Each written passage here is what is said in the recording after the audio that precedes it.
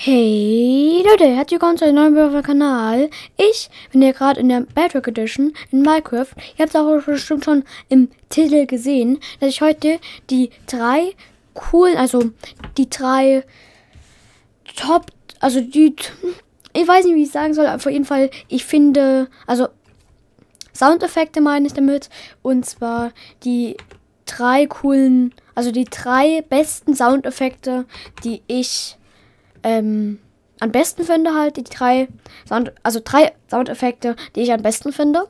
So, habt ihr bestimmt schon im Titel gesehen.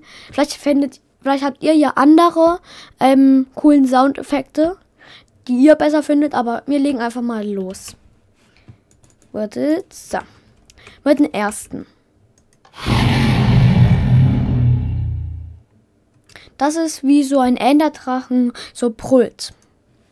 Der ist auf Impuls, bedingungslos, benötigt Redstone wie alle und 0 Ticks. Das sind alle.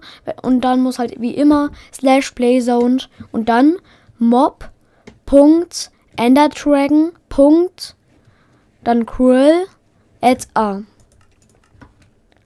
Dann kommt halt das raus. Dann der zweite, finde ich, dass, also warte, ich mache erstmal. Das ist der hier.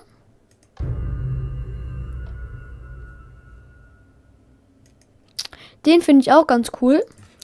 Da steht drin, wieder wie bei den anderen, /playzone und dann mob.wither.spawn add a.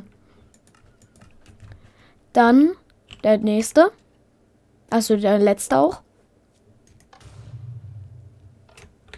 Jetzt ganz leise. So. Okay. Jetzt habt ihr es gehört.